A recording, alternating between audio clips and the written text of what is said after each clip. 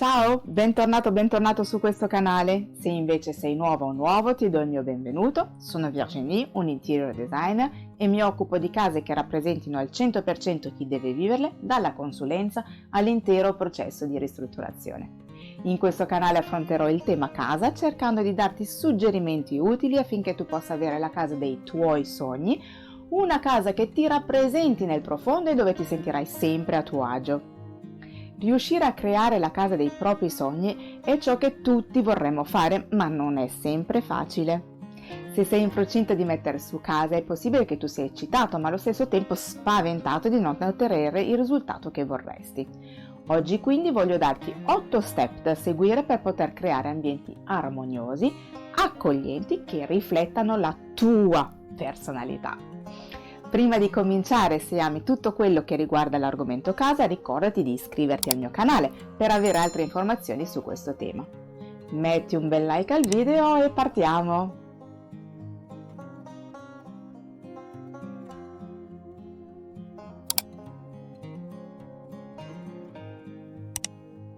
Non perdiamo tempo, entriamo nel vivo dell'argomento e vediamo gli 8 step da seguire per creare la casa dei tuoi sogni.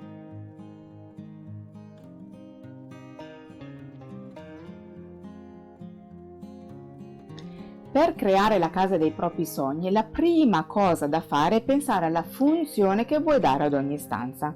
Attenzione a non sottovalutare questo aspetto, minimizzando con semplice camera per dormire, salotto per il relax e la TV, cucina per mangiare, eccetera.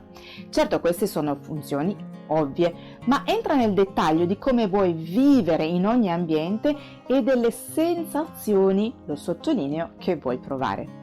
Questo quindi include capire cosa fai e come ti muovi in ogni spazio e i tuoi bisogni specifici. Per esempio, dicevamo che il salotto serve per il relax ed eventualmente la TV. In effetti non tutti ce l'hanno, però devi anche capire se sei una persona che ama ricevere ospiti o meno, perché la progettazione sarà diversa. La camera da letto è ovvio che serva per dormire, ma per esempio i comodini verranno scelti in base a come li usi. Hai bisogno di cassetti per riporre qualcosa? Ti basta una mensola per appoggiare la sveglia e magari un libro se leggi?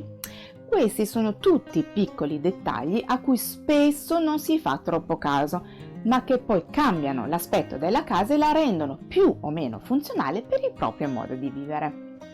Quindi prima cerca di capire come userai un determinato spazio e dopo tutti i mobili e i complementi che ti servono, che siano funzionali al tuo stile di vita.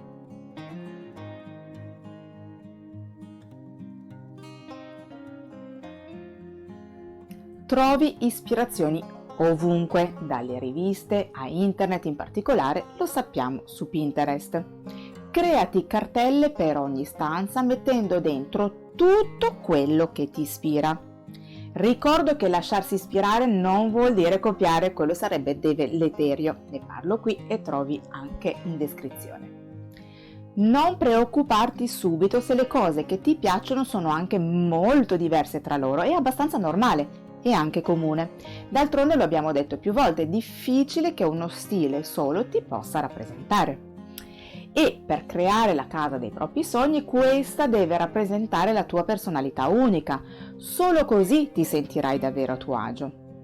Una volta che hai le immagini, esaminale e guarda che cosa hanno in comune, anche quelle che ti sembrano opposte. Potrebbe essere il colore, oppure il materiale, i pattern, qualunque cosa. Questi punti in comune ti permetteranno di mixare vari stili mantenendo spazi armoniosi e coesi.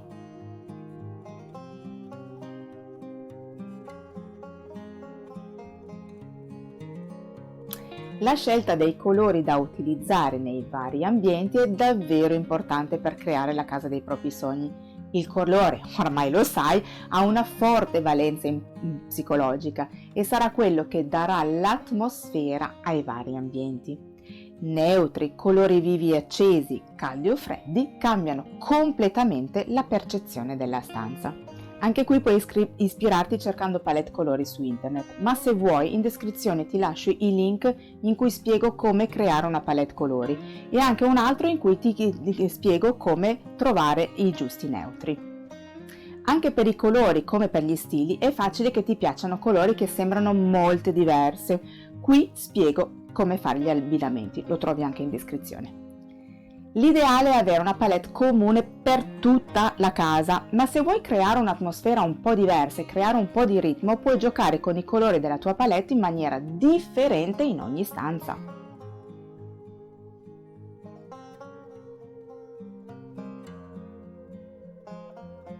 A questo punto passiamo a cose più pratiche e prendiamo le misure della stanza.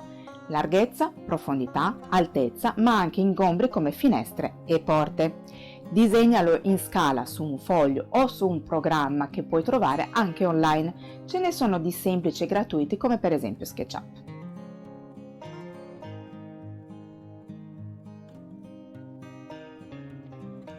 A questo punto puoi cominciare ad arredare disegnando, sempre in scala, i mobili che ritieni indispensabili. Non avere paura di osare, sistema i mobili come ritieni più opportuno, puoi anche creare più opzioni facendo più piantine oppure se disegni su carta disegnando e ritagliando i vari mobili in modo da spostarli come meglio ritieni sulla piantina. Prendere bene le misure ti permetterà di poter capire la giusta grandezza dei mobili affinché siano proporzionati con lo spazio. Gioca con la piantina e i mobili finché la soluzione non ti soddisfa appieno e soprattutto sia funzionale col tuo modo di vivere la casa. Una volta fatto questo, fai la lista dei mobili necessari e delle misure di ogni pezzo, perché questo ti aiuterà a rimanere centrato sulle cose indispensabili.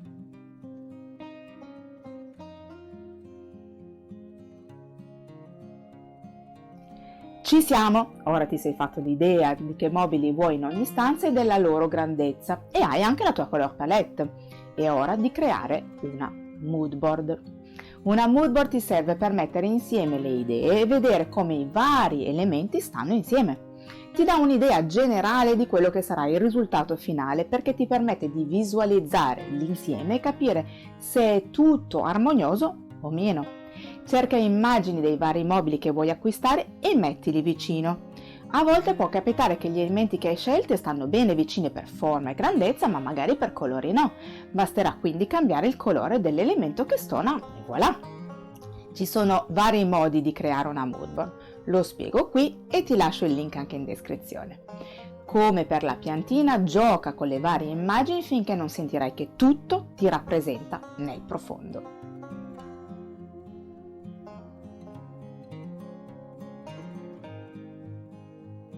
A questo punto, con piantina, mood board e la tua lista in mano, puoi andare alla ricerca degli elementi necessari per arredare ogni ambiente. Aver preso bene le misure della stanza e quindi aver capito la corretta grandezza dei vari mobili e complementi farà davvero la differenza nel creare la casa dei propri sogni. Se vai nei negozi senza avere idee chiare in questo senso, il rischio è di perderti tra le miriadi e di accattivanti proposte, con il rischio poi di prendere qualcosa di troppo grande o di troppo piccolo. La mood board invece ti sarà d'aiuto per colori e materiali e forme.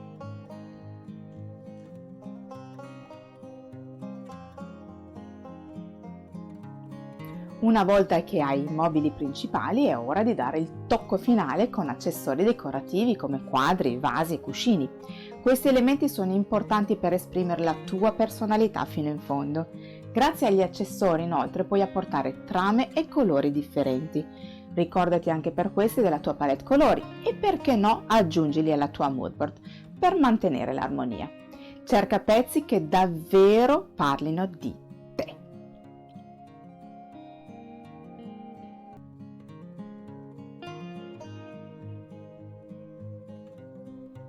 Spero che il video ti sia stato utile e ti sia piaciuto, nel caso fammelo sapere con un bel like e nei commenti. Non esitare a condividerlo con qualcuno a cui pensi possa interessare l'argomento e ne sarò onorata e mi aiuterai a far crescere il canale. Se non l'hai ancora fatto, ricordati di iscriverti al canale e di attivare la campanella, così non ti perderai i prossimi video.